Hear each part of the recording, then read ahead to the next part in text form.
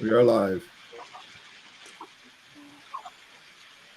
Hello, my name is Julius Arscott. I'm Vice President of the Ontario Public Service Employees Union Local 532. I'm the alternate Executive Board member of OPSI Region 5 representing the Toronto region, delegate to the Toronto and York Region Labour Council, a leading member of Socialist Action, and co-founder of the Workers' Action Movement. I would like to welcome you to tonight's webcast. We are excited to be joined by several union activists who will bring their knowledge and experience of the labour movement in Canada to the discussion. Sandra Griffith Bonaparte is a member of UNDA PSAC in Ottawa. Kurt Young is a member of the Sheet Metal Workers Union and was a WAM candidate for Vice President of the Ontario Federation of Labour, receiving 34% of delegates' votes at the OFL convention last November. Stephen Crozier is a college teacher and New Westminster Labour Council President, and Emily Steers is a member of PSAC. She recently helped to organize the teaching assistants into a new bargaining unit at Wilfrid Laurier University in Waterloo, Ontario. Following the presentations, we will go to questions from the online audience. You can submit a question by accessing the webcast directly from YouTube and writing on the chat column. We welcome your questions and we will do our best to answer them. If you like this webcast, please subscribe to the Socialist Action YouTube channel. If you agree with what you hear, please join Socialist Action by signing up on our website at www.socialistaction.ca. That's www.socialistaction.ca, or by calling 647-986-1917.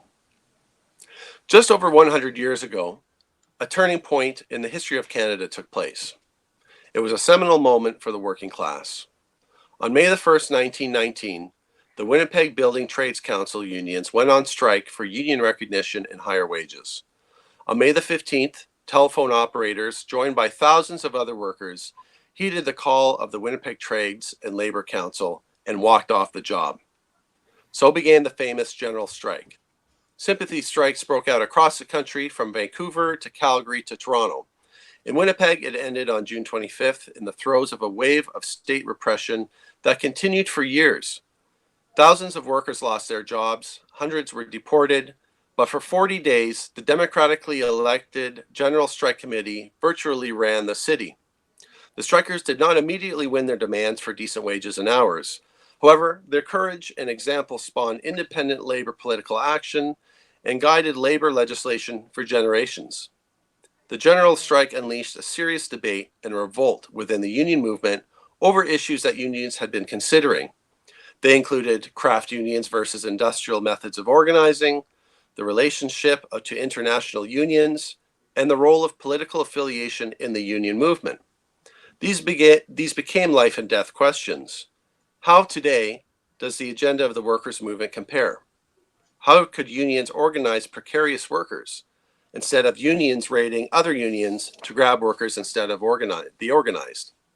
Should unions affiliate to the NDP? Should they fight for a workers' agenda in the NDP, or should they follow the example of Unifor and the CLC tops who back the Liberal Party? Let's start with a basic question. Why are socialists in the labor movement?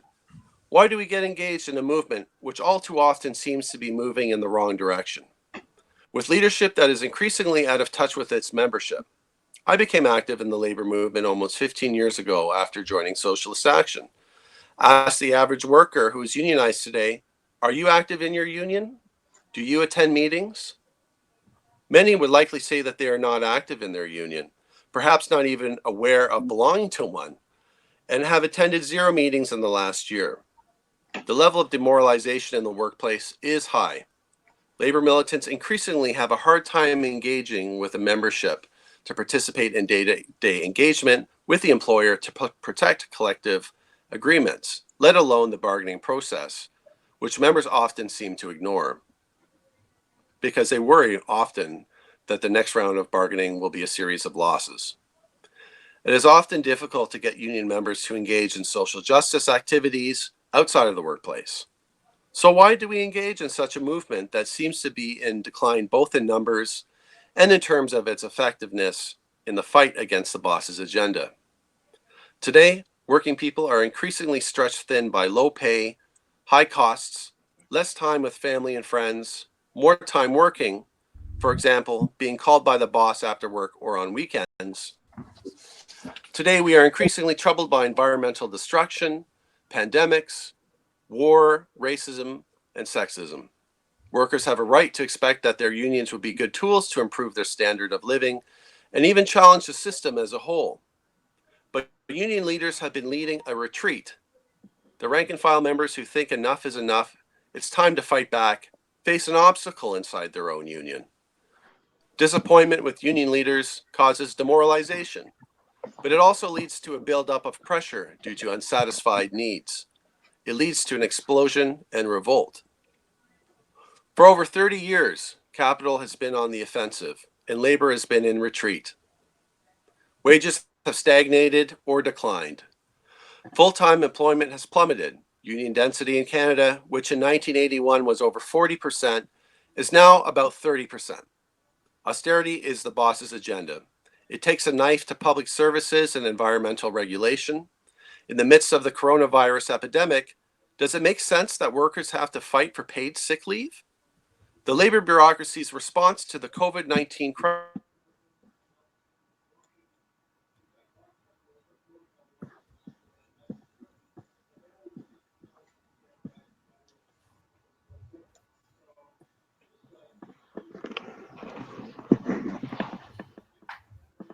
It appears that Julius had some having issues. Okay, You back? Okay. I'm here. All right. I'll start. I Why don't believe I it, start the part? How long have I been gone for? I believe it was at the point when you said it appears. So Okay. Okay, so in the midst of the coronavirus epidemic, does it make sense that many workers have to fight for paid sick leave? The labor bureaucracy's response to the COVID-19 crisis has been to work in tandem with Bay Street and the provincial and federal bosses' governments, and not to call for strikes for workplace safety or substantially increased danger pay for essential frontline workers. The labor movement leadership largely dismissed efforts by labor activists in Oshawa to demand that the former General Motors plants be reopened to manufacture medical equipment to treat those affected by the pandemic. An idea fought for and now partially won, yet it was very recently dismissed by the labor leadership as impossible and not worth pursuing.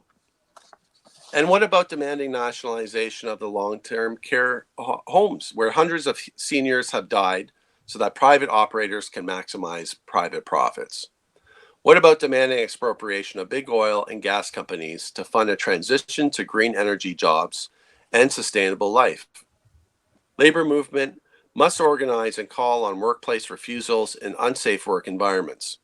The writing is on the wall in terms of limitations of capitalism's ability to respond to emergency situations such as a pandemic. In fact, capitalism is the cause of the pandemic because of toxic, high concentrated agribusiness practices which put profit ahead of public safety. Debt, waste, and inequality already put the world on course for a great recession last fall. The coronavirus made things much worse, plunging humanity into a global depression. Overnight, production declined by 30%. Unemployment tripled. Decades of privatization had led to many deaths and the shutdown of the economy. It's time for the labor leadership to fight for action, for the mass nationalization of key sectors of the economy under workers and community control. Every adult, regardless of their immigration status, deserves a living wage, with no cuts to special social programs and no privatization of public services. Nationalize Big Pharma, put all long-term care facilities under public ownership, release prisoners convicted of nonviolent crimes. The labor movement must demand a moratorium on residential rents and mortgage payments. No evictions, no cutoff of heat, electricity, water, or internet services.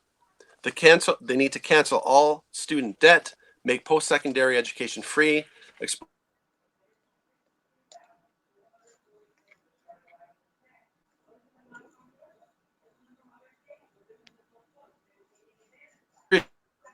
the first is a system of exploitation and oppression, the ruling class and their state, and their economic system, capitalism.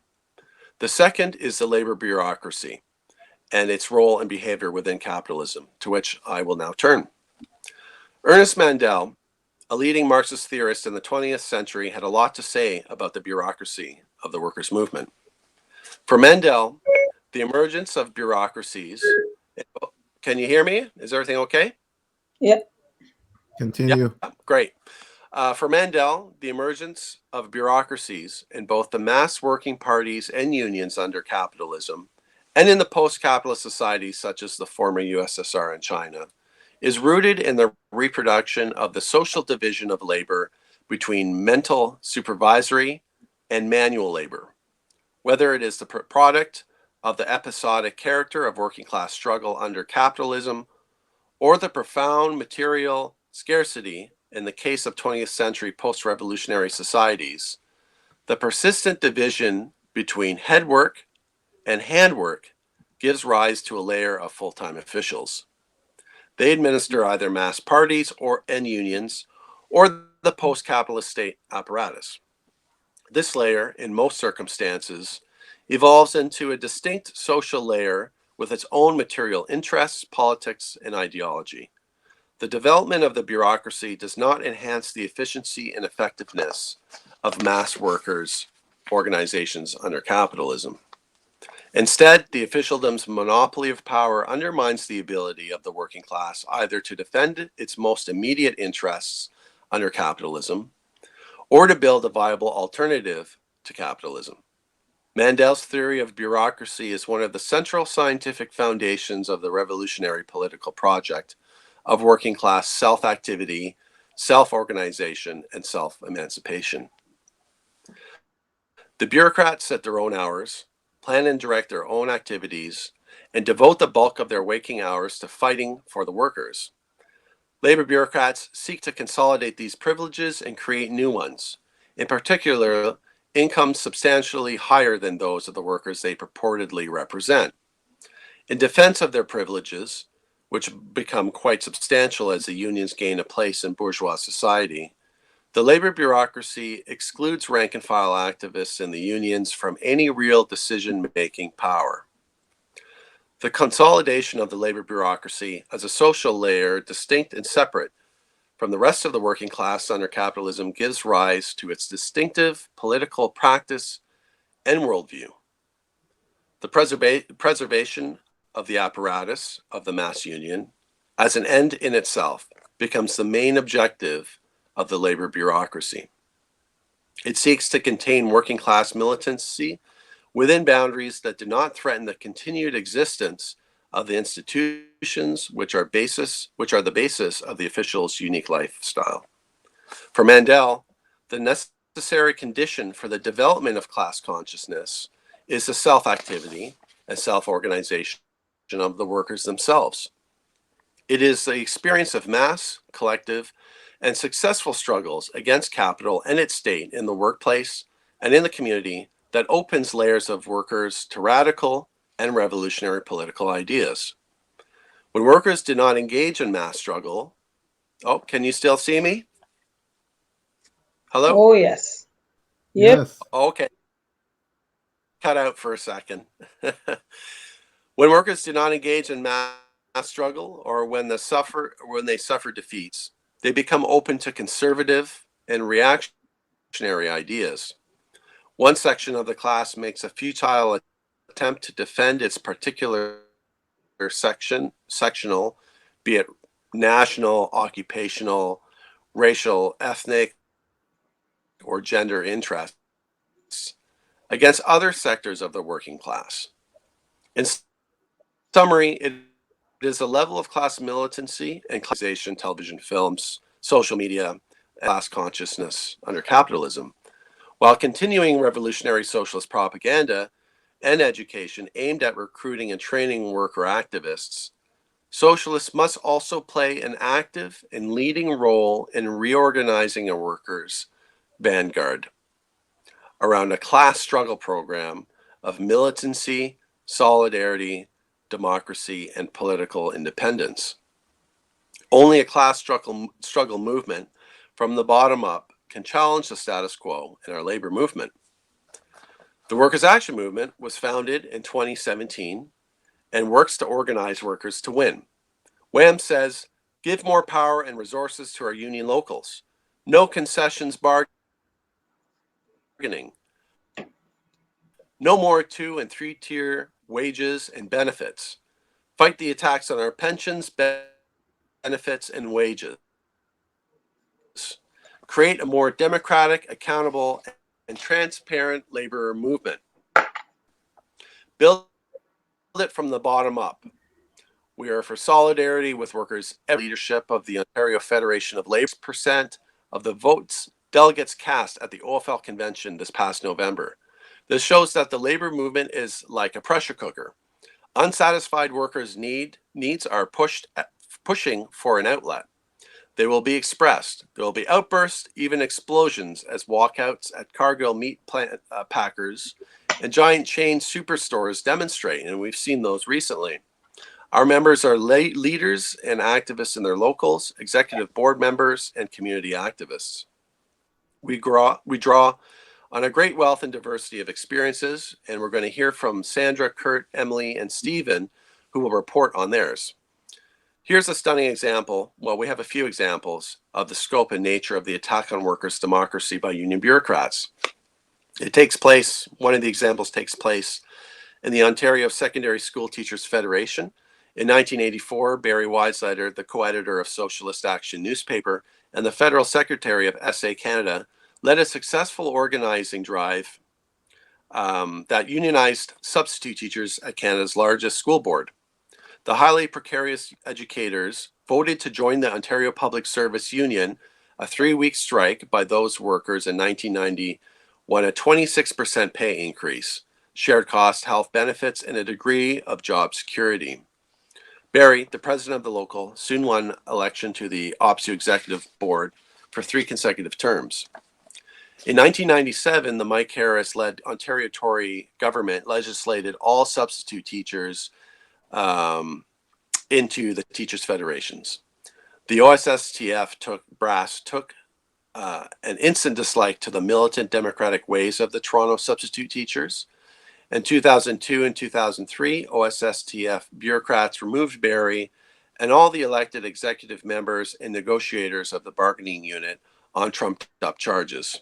In talks with the Toronto board, OSSTF top staff quickly gave away the job security clause and agreed to a reduction of benefits. When the elected local leaders protested, the unit was put under trusteeship. The Constitution was rewritten, and a group of conservative retired teachers was put in control. OSSTF brass barred Barry from holding office for 4 years. When his Action Caucus continued to protest, when its candidates continued to get a high vote in local elections, OSSTF barred Barry from attending union meetings for 10 years, starting in 2013. Despite ongoing libel and slander by OSSTF, despite physical assault on Barry by OSSTF hired security goons, the struggle continues for union democracy. The Toronto Substitute Teachers Action Caucus is a proud part of the Workers' Action Movement. It will ram it to the bosses and to the trade bureaucrats.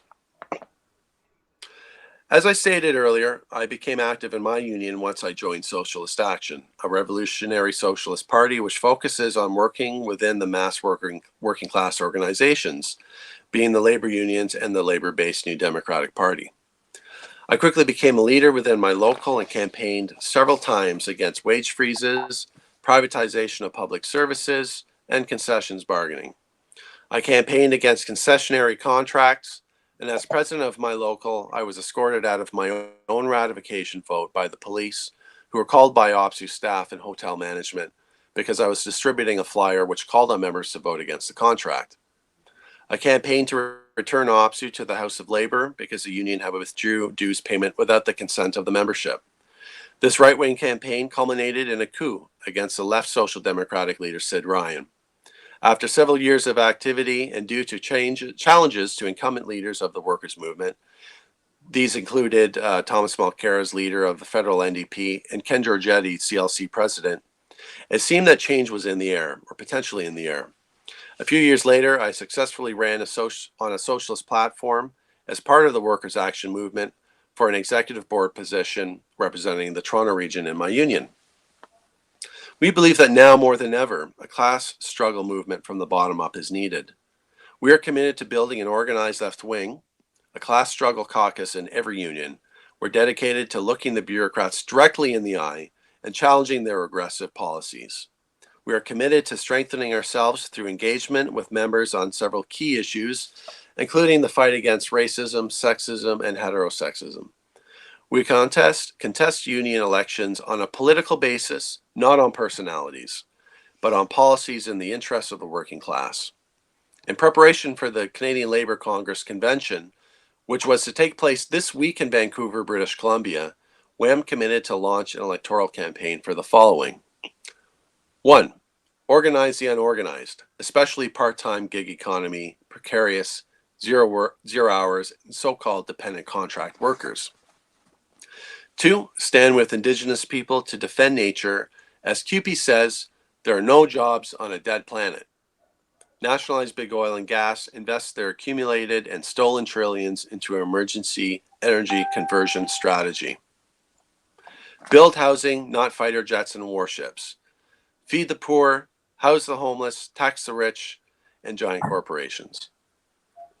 Reverse the cuts to healthcare and education. Make the billionaires pay for the pandemic their system has fostered. Move rapidly towards a planned economy under democratic workers' control. Of course, there are many more elements to a workers' agenda, which is not just necessary. It is quite possible if unions become instruments of class struggle in the hands of their members. Our campaign is centered on working class struggle and union democracy. It is a movement in opposition to the increasingly pro-management direction of our unions and labor movement. Members want to see a new positive force for change, one that is determined to break the hold of capitalist austerity and to end the downward spiral of concessions bargaining. A movement from below is needed to change the overall direction of our unions and to support activists who battle concessions and anti-democratic practices. Our efforts cannot be exclusively internal. We aspire to work with social justice movements such as Idle No More, #MeToo, Black Lives Matter, and support all struggles that advance a workers' agenda, including the fight for workers' government. Forward to socialist measures. We refuse to go back to pre-COVID-19 conditions. Power to the workers. So that concludes my presentation. I hope that you got most of it. I think that part of it cut out. But I think we're going to go over to Sandra. Sandra, do you want to go ahead? Oh, sure. What do I do there? Okay. So my story is not unique, but I would like to say that the behavior of the unions today is tantamount to the story of Animal Farm, and I don't know if a lot of you know the story. The animals took a stance and fought for their rights and freedom against the oppressor. But this freedom and equality was corrupted by the political powers that be. We know who that was. Similarly, our union worked hard for rights in the past. Today, they have a different agenda. And I'll tell you my story. On December 10th, I attended what we call an oval meeting, the union local of Ottawa and Gatineau. And so I walked in and the folks, the other presidents were there eating, and I took my seat, and the meeting started afterwards. And one guy who recently joined the union, ex-military, wanted to talk about something called realignment, because they were thinking of realigning the locals, because they say some locals are too big and some are too small. So, make them equal. And this young man started speaking, but in a very aggressive manner. And he said, you just came, and he said, well, we're not doing a local justice or union justice or members justice. So we need to realign. He said, we're not representing our members well. So I interrupted. Well, not interrupted. I said, well, brother, I think you should speak for yourself. Well, that was the wrong thing to say. So he went on a rant and he started shouting and pounding the desk and cussing. And nobody told him, you don't talk down to a woman like that. As a matter of fact, you don't talk to anybody like that. And I said, well, don't speak to me like that. And he continued. So I simply covered my ears. He swore tired of bad words and walked out. And subsequent to that, he and some of the others who were very closely knitted filed a complaint. The national office chose a very racist, I can tell you the truth, a racist investigative committee who found me guilty. And what they did, they suspended me for, I think, from March 23rd to December 31st of this year. Now, Barry was representing me, and so on the 23rd, I think it's 23rd or 25th, I'm not sure. I was on my bed listening, and Barry was talking. I wasn't allowed to talk, and he was making a very strong case on my behalf. And during that meeting, I suffered a stroke and so on. This union, they went after me. The group is a pack of racist people who really don't want to hear a Black woman speak up and speak out. You have a racist national executive who voted me out, a racist national president, a racist group of investigators. And together, as I said, they suspended me.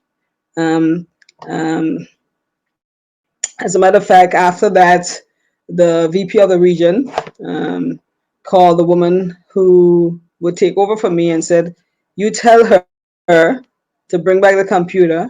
Bring that. It's so unreal. You mean bring back the computer, bring back the phone. If she has any petty cash, to bring back the petty cash. Well, I never hold petty cash. And if you give her a per diem, which we do get a per diem for meals if we attend when we attend executive meeting, to tell her to bring back all of that. And you know what I told her to tell him? I said, you can go and get it where the sun doesn't shine, because he's not getting any of that. But the thing about it is I'm so jaded, about the whole situation. I've lost my confidence. And as a matter of fact, I feel strong. I feel better and strong to speak about it. But before, when I spoke about it, my head would go all dizzy and so on. I lost my confidence in basically in the whole union, because what I saw is that there's no equity there, and they're a pack of racists, as somebody said, bigots. We say austerity is the boss's agenda, but I'm going to say now austerity is a union boss's agenda. It would take a lot. It would take a lot for me to have any trust or confidence in them. Is my 3 minutes up, or? Yeah, it is. Is that to the end of your presentation, Sandra? Well, Okay, thank I you was for given sharing. 3 minutes. Go ahead. I can go more, but I was told 3 minutes, so my 3 minutes is up. Okay. Well, sure. We'll go back to some Q&A.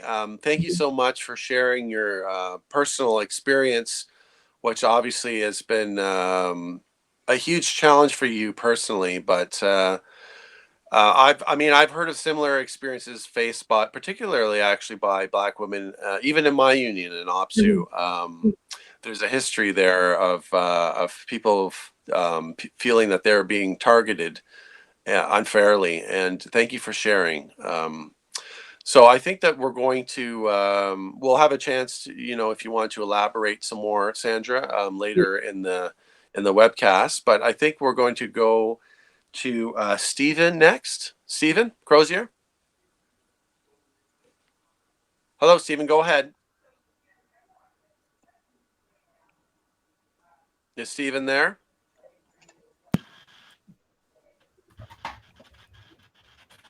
You there, Stephen? Hello, Stephen. We can't hear you, Stephen. Hello. We can see you, but we cannot hear you. Is your audio on? You can't hear us. He's speaking, but we Okay. can hear him. Yeah. I think, yeah, I can't hear you. Yeah. You got to turn on your mic. Maybe in the meantime, we should go to Kurt to speak next. Stephen, if you want Okay, to Stephen, go ahead. we'll get back to you. Yeah.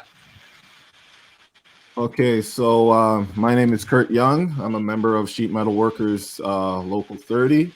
I've been with this union for a little over a year, but I've had over a decade of union experience. The reason I ended up becoming a political activist and joined Socialist Action and participate in WAM I'm a member of WAM is because of my experience with Unifor and their lack of initiative and backbone.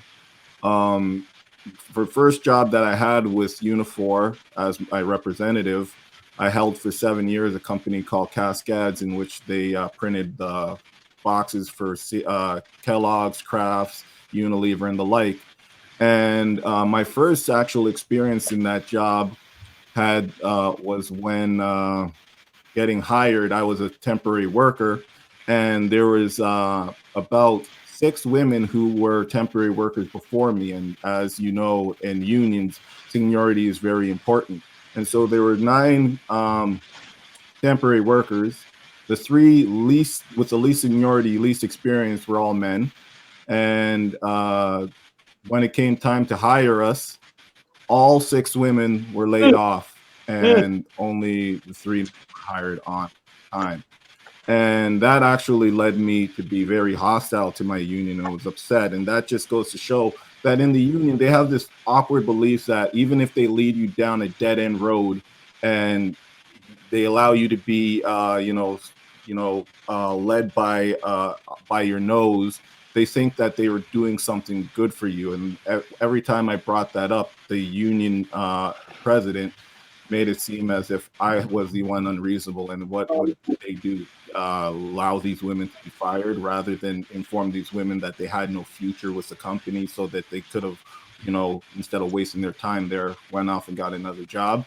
The second job that I had with Unifor ended up being the one that really broke the straw that broke the camel's back, in the fact that I was working at a place that we had a president, or vice president, should I say, that was operating under the philosophy of keeping the workers as agitated as possible as a way of generating the highest level of production. And it just got to the point where they were promoting snitching in between co-workers, and the co-workers started constantly arguing amongst each other, and everywhere you went, you constantly had bickering, and every time you needed something from somebody, it was met immediately with hostility.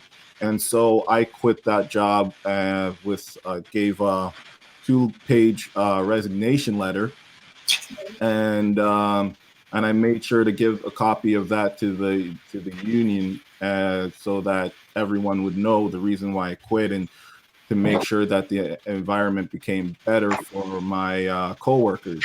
Now, another thing about Unifor is that every time that we went to negotiations, the union would try and push through the contracts that were unpalatable to the members. Every time the membership said, "What the hell is this?" Sorry for cursing, but this is garbage. There's no way we will accept this. They always had our regional executives come in and say, "Well, this is the best you're gonna get, and if you reject this contract, they're just gonna close the doors. So just accept it." And so now within the Sheet Metal Workers Local 30, I've been there since November of 2018. I was very, one of my goals eventually to join a trade union. Sheet metal workers, they make the ductwork for buildings. And within the first 4 months of me joining the union, we ended up going on strike. And the prevailing mentality within the executive, as well as some of the members, was that you have to give up something to gain something, which is a logical fallacy of negotiation. No, you don't have to give up something to gain something. You have to have leverage to gain something. So the idea that we have to give up something and maintain the same level while the owners and the executives keep gaining more for themselves is illogical, and not how the unions themselves were able to become established and gain whatever level of power that they currently have. They had nothing to give when the union started, and so they used the leverage, their power, which was to occupy their workplaces, to strike, to to create picket lines and the like. That is how they gained what we have gained and now take for granted. Take for granted. Wow. So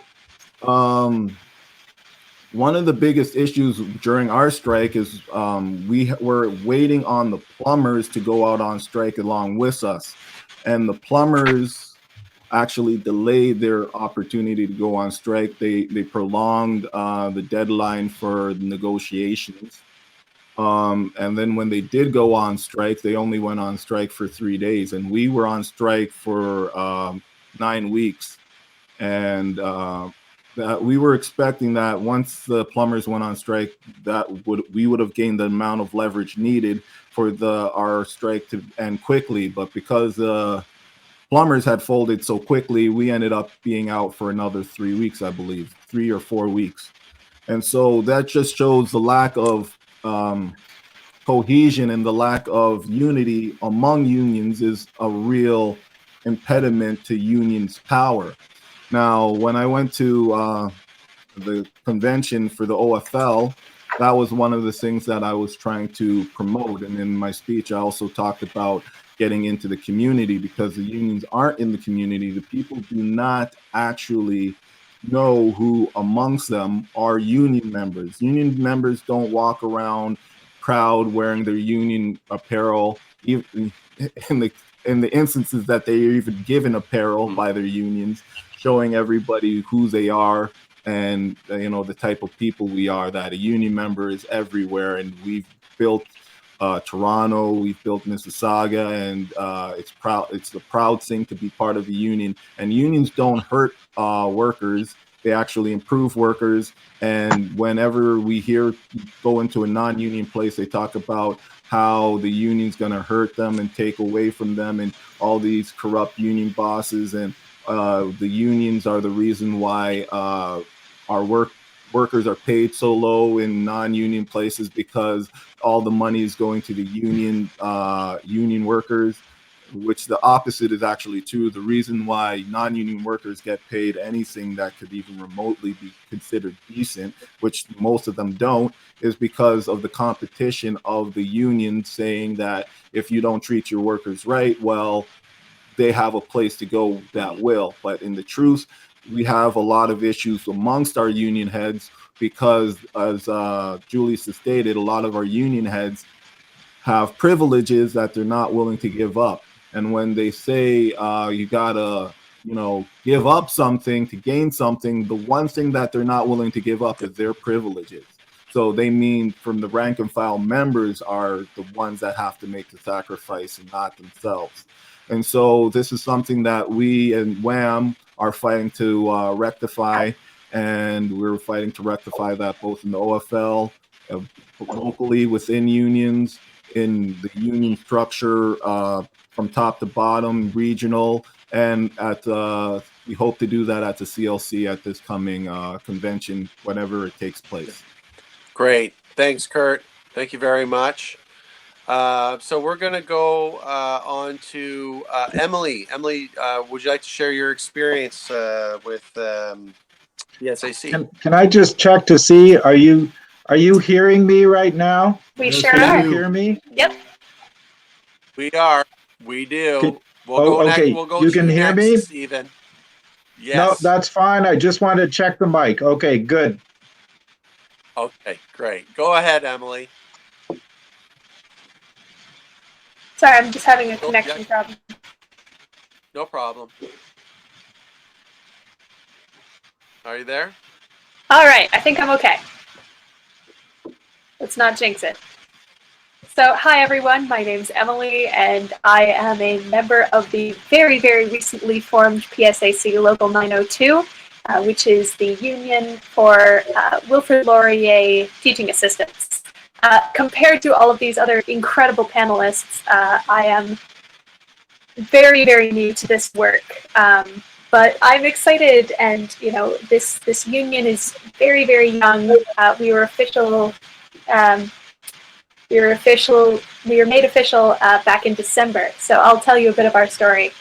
I joined this campaign in the fall of 2019 on my first day as a TA, discovering that actually Laurier is one of the only universities in Ontario and in Canada that doesn't have a TA union. Our neighbor, the University of Waterloo, also has abysmal labor advocacy. They have so few unions on their campus. Even the faculty aren't unionized. So we're working on that. But hopefully union bug is spreading. But we have been a very, very successful campaign. This campaign has been going on for over 3 years, and it has been some very, very dedicated and hard work by our members and our organizers for the past 3 years that I am so, so grateful to have been a part of right at the end. We have been working closely with PSAC, the Public Service Alliance of Canada, and it was an interesting fight. The university was never openly subversive or hostile towards us, but it was very, very clear that they were not hugely in favor of what we were doing. Sorry, is the connection okay? I don't know if that broke up there. Yeah, we can hear you. Okay. Yeah, and when we were filing cards, when we filed to become official, we filed our cards for the vote. The university fed us all kinds of fake contracts and gave us a list where more than 1 in 5 names on the list, we were like, that person is not actually a TA. And so there was a lot of just bizarre, underhanded tactics that were very concerning, but it was a very tough fight. It was a close call, but we did it. Unfortunately, we are due to begin the bargaining process and create the hammering out of a collective agreement over this past term, and we were due to settle into negotiations back in April. Unfortunately, they have put an end to all bargaining until it can happen in person. So right now we are suspended and in limbo without any kind of collective agreement and without any meaningful way of organizing and mobilizing our base. So we're in a weird state of suspended animation because there was a huge drive, there was a huge push, and a lot of interest and engagement from the membership in the fight leading up to the vote, and a lot of excitement in the aftermath. But now we're being kind of held hostage by the world of virtual conferencing and the university being unwilling to negotiate virtually. Okay, Emily. Thank you very much for sharing your experience. So we're going to go on now to Stephen Crozier, who's joined us. He is the president of the New Westminster Labour Council, which I believe is the 3rd largest Labour Council in Canada. Is that correct, Stephen? That's what they keep telling me anyway. So yeah, it's but it also is representative of the problems that we have with labor leadership and within labor in general. And as I'm listening to the different stories and different presentations, I'm thinking about, of course, the fundamental need within the labor movement is for solidarity. And we've had various problems of solidarity being pointed out to us.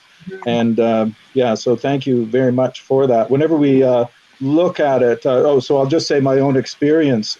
Whenever I think many people know for the May Day Cross Canada May Day webinar, I was asked to speak, and I also gave my I endorsed the activity, and that was something that I got slapped down for in a Labor Council meeting. President doesn't really matter; it's just a title.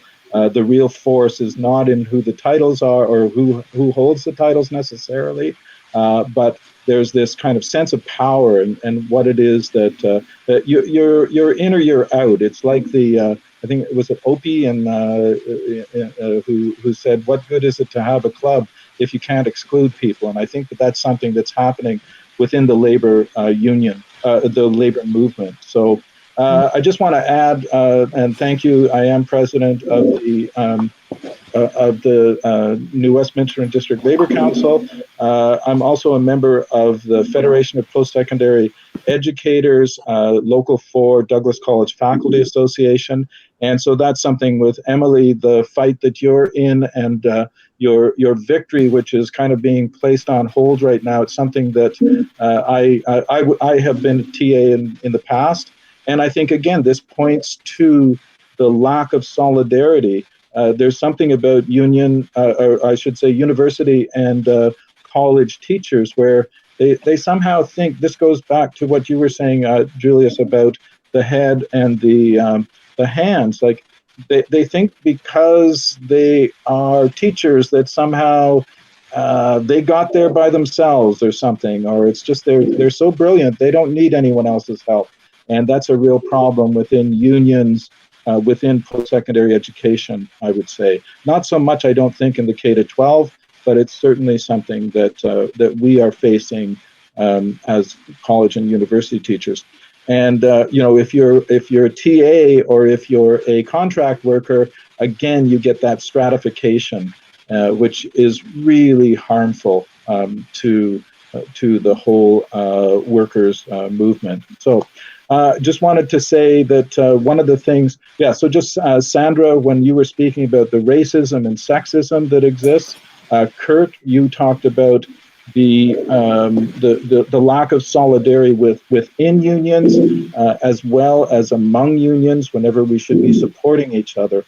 And I got thinking of what it was, Julius, you just laid out the whole program so well for us and what it is that needs to be done. And I was wondering what I would be bringing to the conversation. And I just thought of this, the title being Whose World Is It and Why? And I think that what we have to recognize, on top of what it is that what we need to achieve, is the values that we have to maintain throughout that process. That's something that gets lost. So whenever you were talking about that difference between the head and the hands, I was thinking, if you have a proper understanding of what solidarity is, that shouldn't be happening. Solidarity is with everyone, and the head needs the hands, and the hands need the head.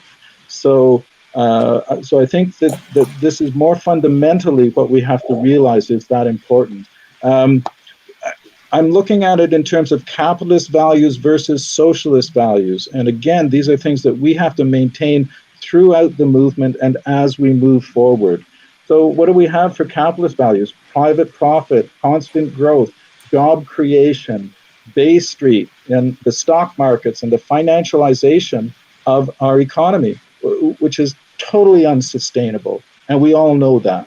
And from the socialist point of view, we have doing things for the public good, eco-socialism, so that we are not overextending the use of our or the abuse of our natural resources. And instead of job creation, what we have is the value of work, the recognition of the value that work has. And we're about Main Street and goods and services. So getting an economy back on track to what the real fundamentals are. Yes, so May Day, going back. I'm sorry, because I'm kind of disorganized right now, which is not Okay. good within within You can just unions. We wrap should be up, very Stephen. organized. But pardon me? Hello? It's great if you could just wrap up with closing remarks. Oh, okay. I guess I've gone on a bit too long then. I wasn't sure how long I was supposed to go on. Union involvement. Okay, I'll just go down then to the bottom. And just going back then to the idea of the difference between our values, the capitalist values versus the socialist values. And so I just did a little thing here. Okay, so one of the things that we say, we just had the Day of Remembrance for those killed and injured on the job. We say an injury to one is an injury to all, versus, from the capitalist perspective, an injury to one is okay as long as it isn't me. What we desire for ourselves, we wish for all. Whereas with the capitalists, we desire what we desire is for ourselves. And just I'll wrap up by saying, from each according to their ability, to each according to their need. From the capitalist point of view, it's like from each according to their ability to me. And I think that we definitely have the value system as well as the agenda to do what must be done in order for the species to survive, in fact. And I will end it there. Each according to. Okay. Thank you, Stephen. Thank you very much. So I think what we're going to do now is we're going to go to any questions or comments. Kurt, do you want to read a few off? Yes. So we have quite a bit of questions, but not as much as we usually get. We have enough for about 2 rounds. So I'm going to start with a question from Elizabeth. On 2015, 2016, unionized workers in Canada was 31%. How does this compare to today? Very Wise Letter asks, how was the WAM team of candidates at the OFL created? What does it mean to run on policy, not on personality? And let's go to Yasin asks, how can unions build international solidarity with unions in other countries? And that's it for the first round. All right. So I guess what I could say, I'll talk about building solidarity, and I guess other folks can comment on what they would like. But one thing that's important is international solidarity. There has been a tendency within the labor movement to appeal to national chauvinism, as in an example of that would have been Unifor's campaign to stop buying vehicles that were built in Mexico. That's not our approach. Our approach is internationalist. We don't support boycotts of workers in other nations because of austerity and because of cuts to manufacturing in our own country when it's our own ruling class that is the fault. But we also support other, in some cases, we do support a boycott, such as the BDS campaign, boycott, divestment, and sanctions of apartheid Israel.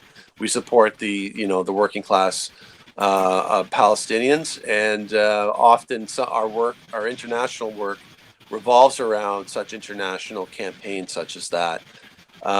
So it is very important to support workers everywhere. Be it the French postal workers, who have some of our comrades who have were on strike for a very long time, working with unions here in Canada, such as the Canadian Union of Postal Workers, to foster solidarity and connections, because the struggles that workers face here are very similar to the struggle that workers face around the world. So I'll stop there. I think I'll go to Emily. Emily, do you want to jump in? I was about to ask if I could.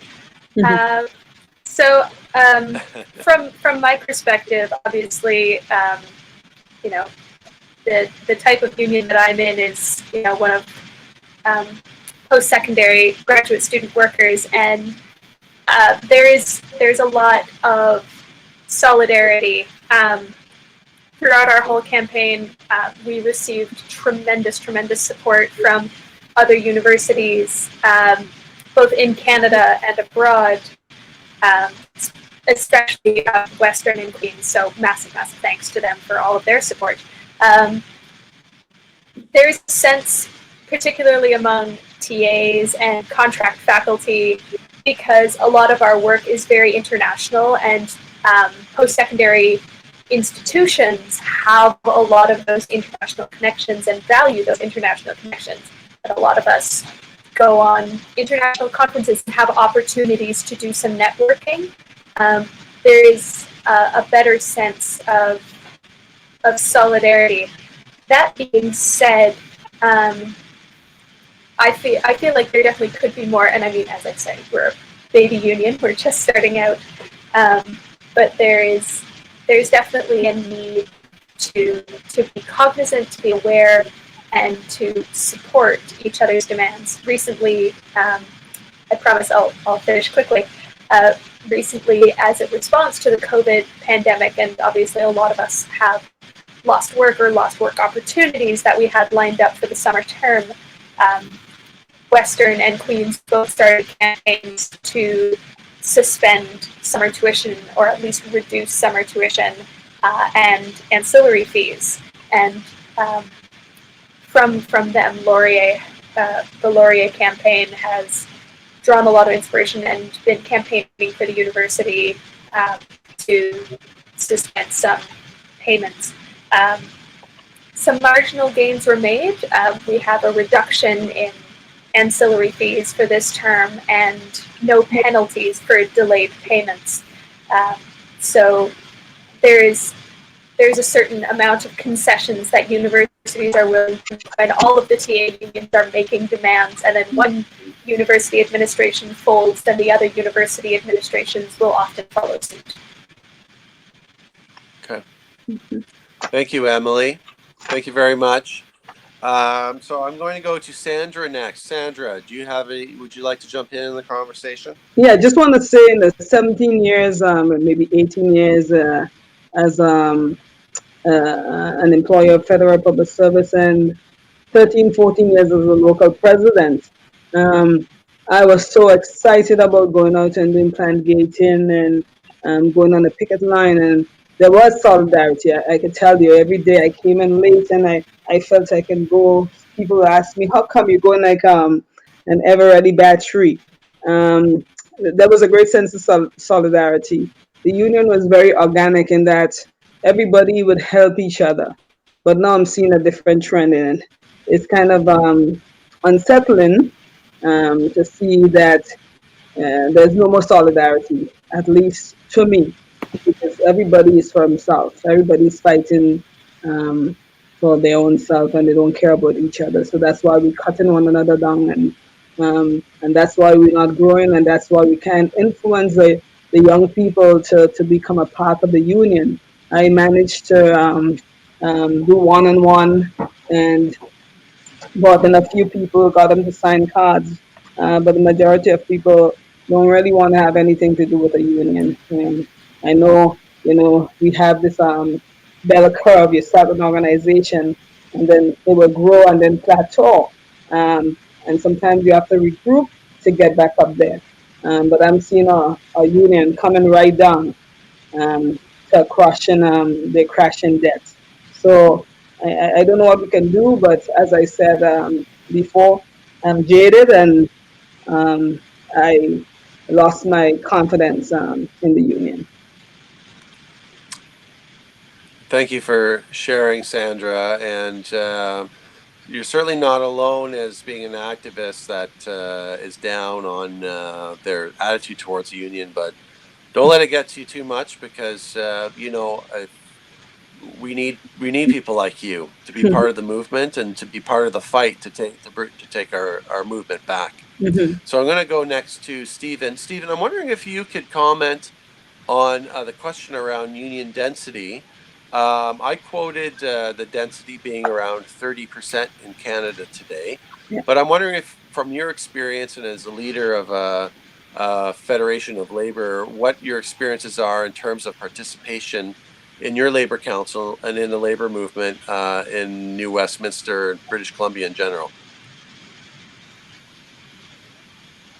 Sure. Well, I can try. I mean, I don't really know the figures in terms of the union density, but I can say that we represent 60,000 workers throughout the about half of the Lower Mainland, excluding Vancouver and further up the valley. So, and at our meetings, there's not a lot of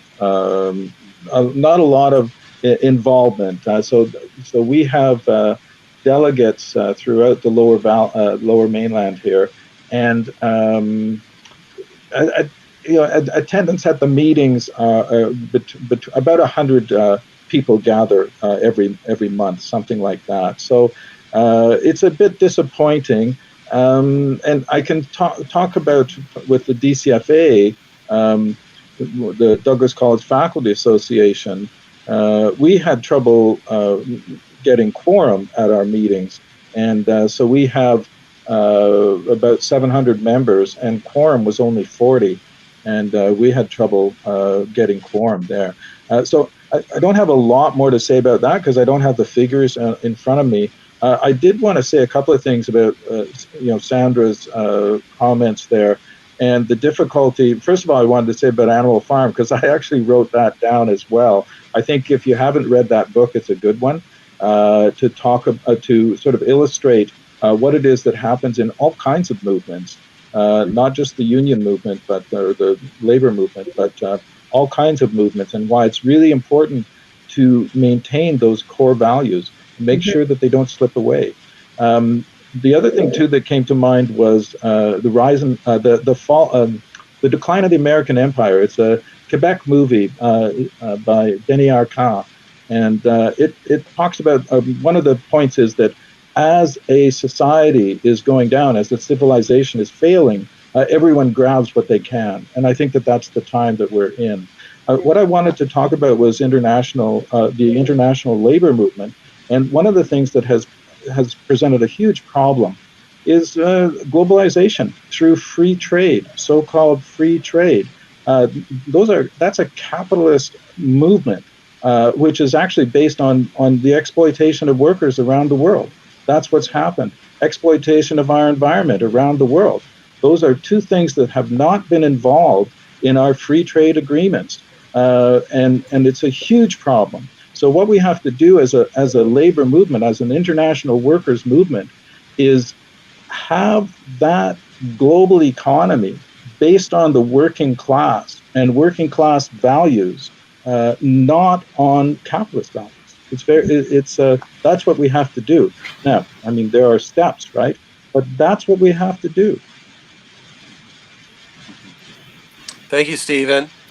Okay, so I think we're going to go along next to Kurt.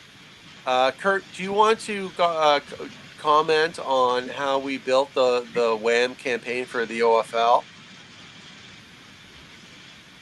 Yes, and one of the things that to get to it, because part of the question is a two-part question on how we built it, but also the importance of having a policy-based campaign.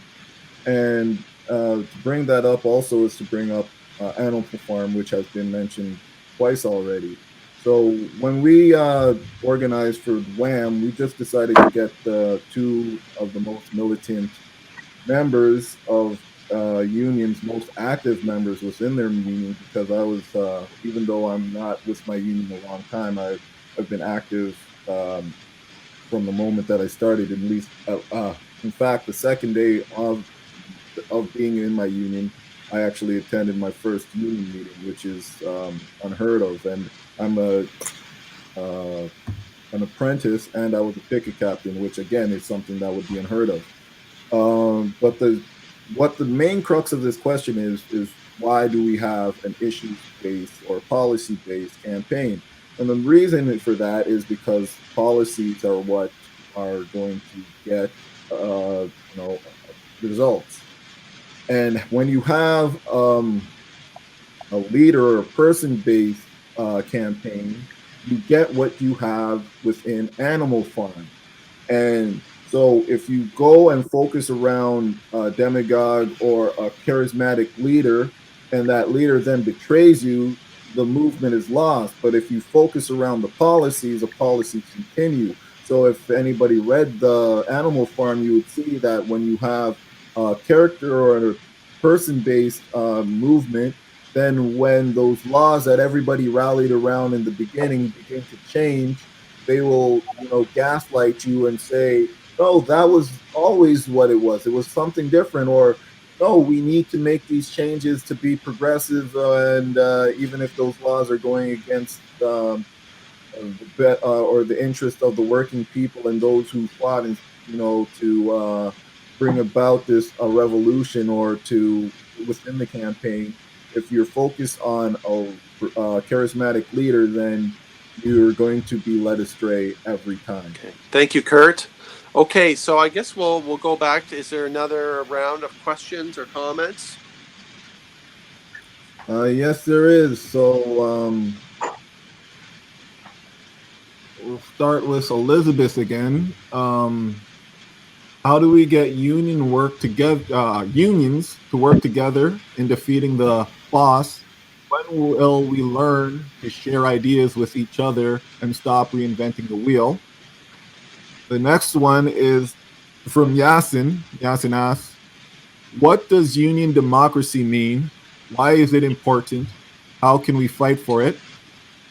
And let's see. The next one was again from Yasin. What are the challenges and opportunities that the union movement will face in the post-COVID-19 era? And that's it for now. I believe we have enough for a third round. Okay. So I can I'll make a couple of comments. In terms of what does democracy mean, I think that what we mean is a movement, a labor movement that is truly driven by the membership and not by a bureaucracy, which the function of the bureaucracy should be to take care of the mail and to make sure that the taxes are filled and do the administrative work of the union. The union should be run by the members. That's our vision. A democratic union means that major decisions are made by the membership. It means that bargaining is public, not private, not hidden with the employer behind closed doors. If we were in charge of PSAC or OPSU, we would call for open negotiations so that our members and the public could see our negotiations whenever we were negotiating. We would have a salary cap for union officials so that they couldn't make more than the average wage of their members. Staff could be elected instead of full-time. So if you wanted to work as a union staff, you would be elected into that position, and it wouldn't be a job necessarily for life. We would have more time at union conventions to discuss policy work, less time for awards and guest speakers, things that many people walk out of and don't participate in anyway. And we would have open educations for our members to train them, and our priorities would be on protecting our collective agreements outside of bargaining and supporting social justice movements and supporting other unions and other workers when they're dealing with the boss.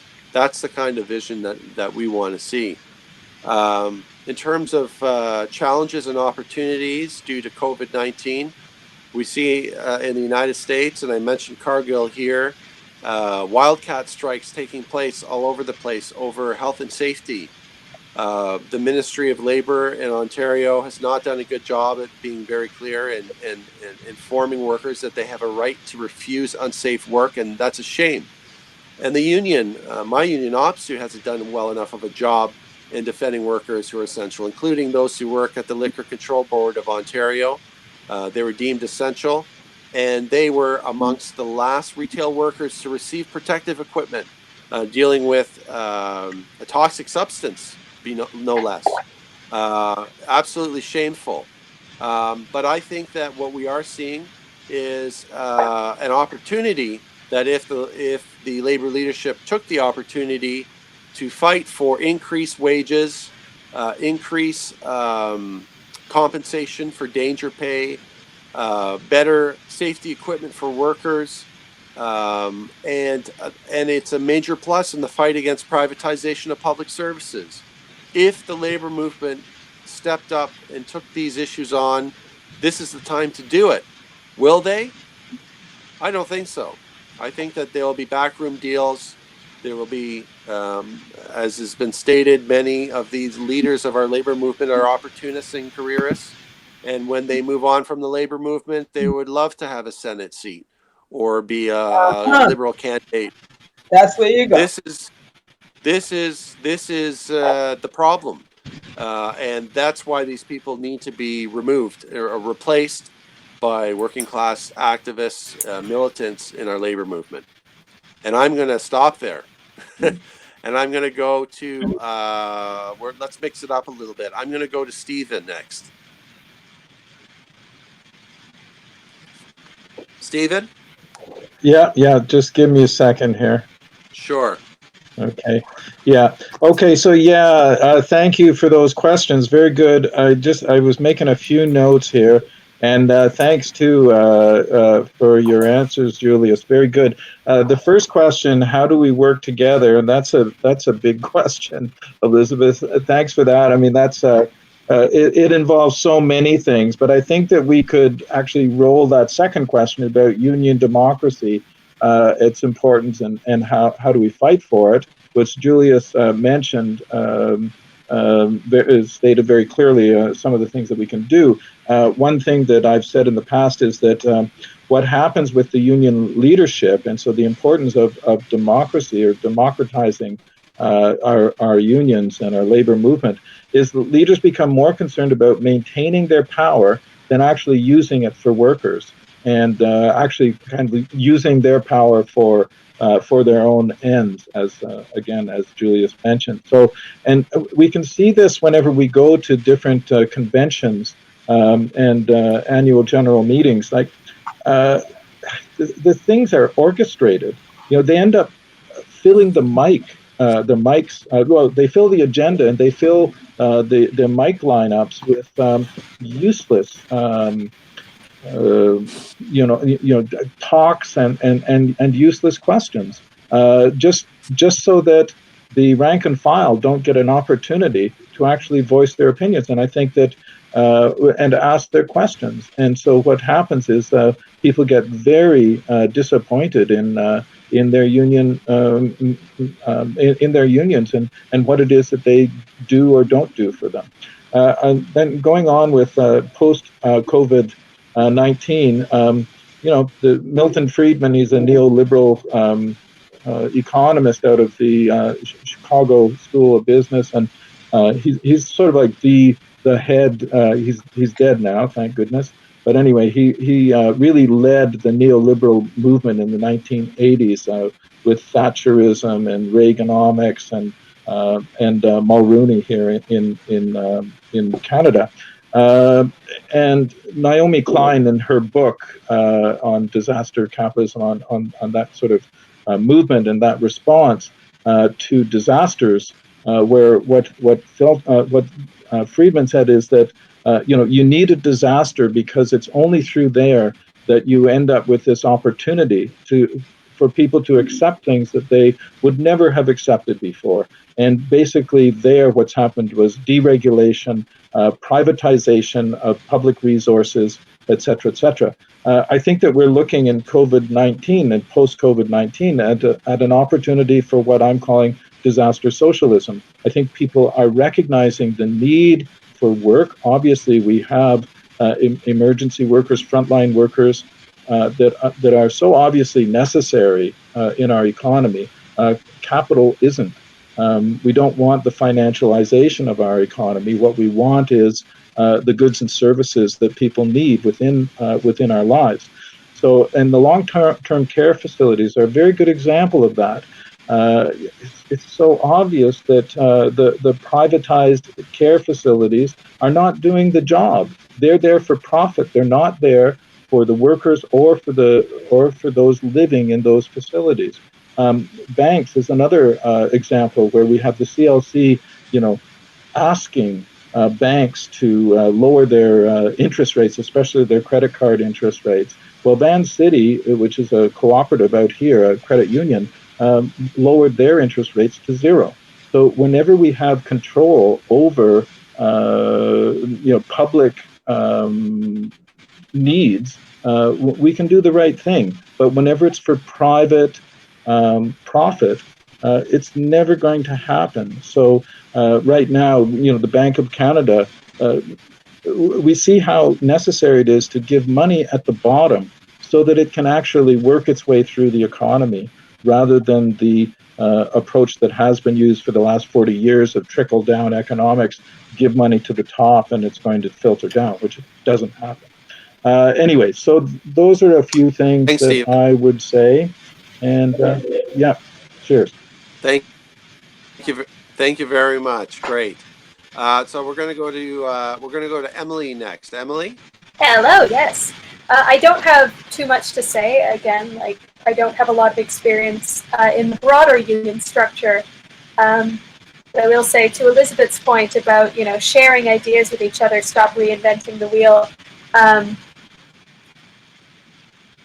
There are many other TA unions in Ontario, at York, at U of T, Queen's, Western, as I mentioned before, who, during the process of unionizing, have all been exceedingly generous, not jealous, and very gracious with sharing their process and their collective agreement. And so I think, keeping an eye on unions that are forming, or unions that are developing or have a new influx of workers, taking the initiative and reaching out to them, reaching out to other rank and file workers and saying, we can touch base, we can collaborate, and here's what worked when we were developing our collective agreement, and here's what didn't work, and here's the process that we went through. So I think unions with more seniority, with more history, can take the initiative, and I think rank and file workers can reach out to other rank and file workers and kind of build a movement from within and across. And in terms of challenges post-COVID, I think there's going to be, or at least I perhaps very optimistically hope that there's going to be a reckoning with the privatization of essential services. Some is what we're seeing in long-term care homes. And there's also, I've been hearing conversation in national news media like the CBC, which is not where you usually go to hear pro-public or conversations and arguments. But they're talking about nationalizing internet and recognizing that as an essential utility rather than a luxury, same as electricity and water, especially with the reliance of e-learning. And additionally, I think we are seeing the absolute cataclysm that is happening in private long-term care homes. I saw a statistic that was 7% of the patients in long-term care homes are suffering with COVID, whereas it's only 3.5% for publicly owned. And so I think there's going to be an inquiry, there is going to be a reckoning, and I think the public is going to have a lot of questions about the benefits of privatization and why are we making these things private.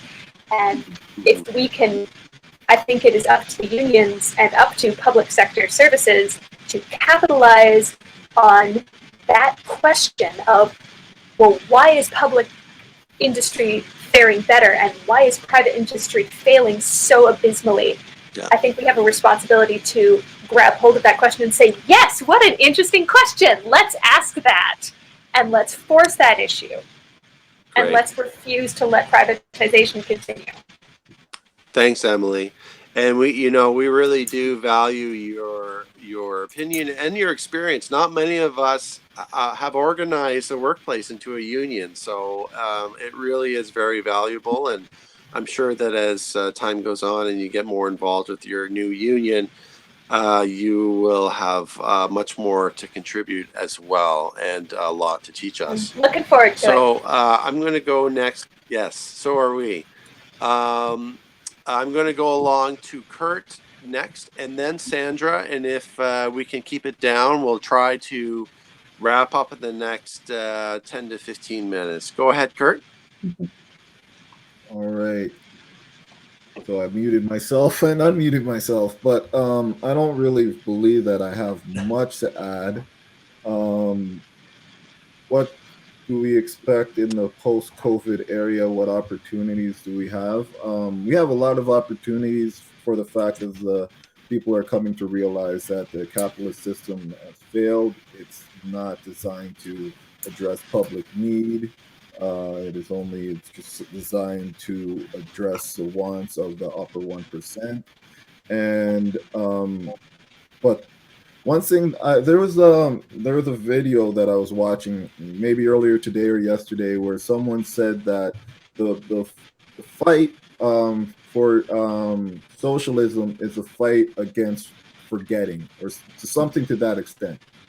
So one thing that we realize is everything that's happening currently is legitimately, to some extent, a replay of what happened in the 1930s.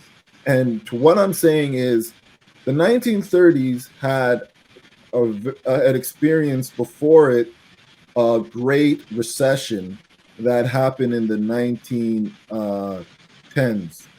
There was a massive collapse of the U.S. stock market, the greatest that had experienced at that point, and then it was rebounded by having an immense amount of low interest loans being issued, and everybody got into the stock market, and the stock market saw its greatest rebound in history until it reached the point where it eventually just collapsed.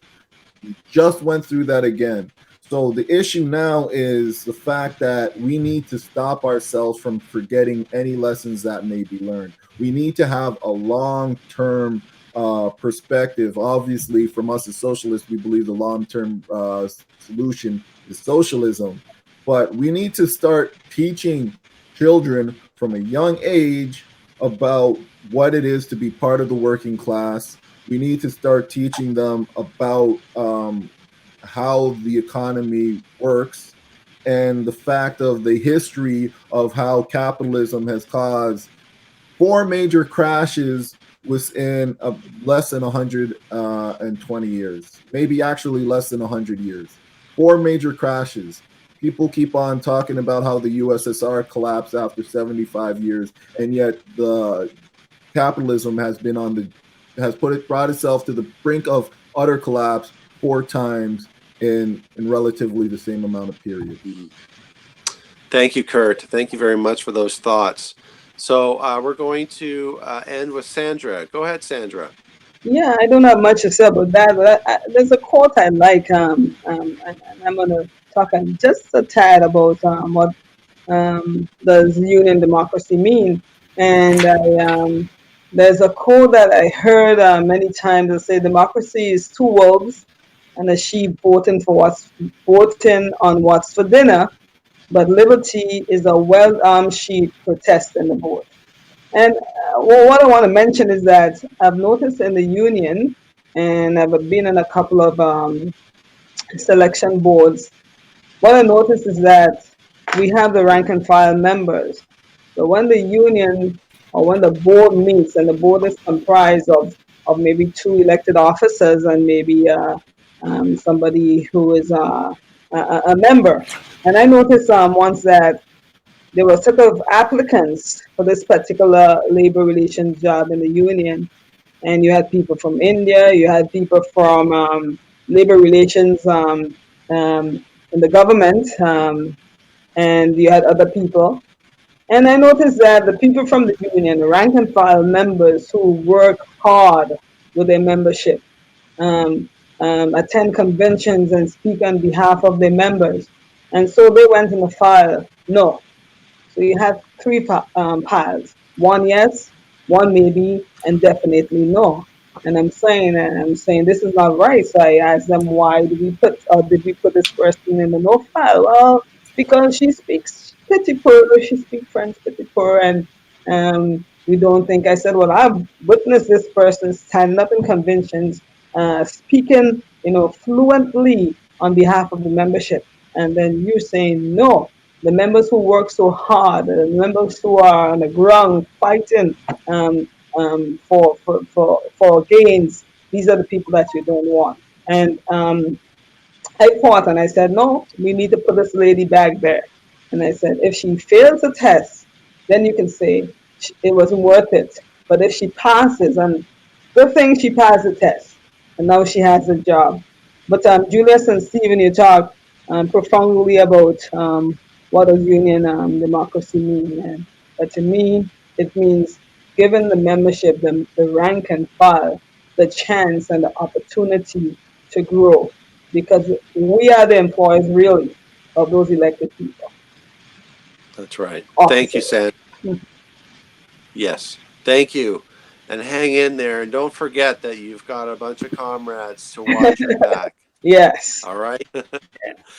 Okay, so folks, thanks to Sandra, Emily, and Stephen, and our wonderful producer and discussant, Kurt Young in Mississauga, and to everyone else who participated in tonight's dialogue. Please consider buying a subscription to Socialist Action newspaper, only $25 for 1 year, delivered to your door. Just visit our website at www.socialistaction.ca. That's www.socialistaction.ca. If you'd like to talk to us about joining, you can write to us at socialistactioncanada@gmail.com or call 647-986-1917. That's 647-986-1917. Once again, if you like this show, please subscribe to the Socialist Action YouTube channel. The next webcast is on Sunday, May the 10th at 7 p.m. Eastern Time. Yes, the next one is on Sunday night. And the topic is House of Mirrors, Justin Trudeau's foreign policy. And it will be with author of a new book by Eve Engler. And that's the title of the book, House of Mirrors, Justin Trudeau's foreign policy. And it will be hosted by Robbie in Montreal, with discussants Nabila Irfan in Mississauga, plus Bryn Smith and Harry Deng in Vancouver. Please stay safe, healthy, and active. Bye for now.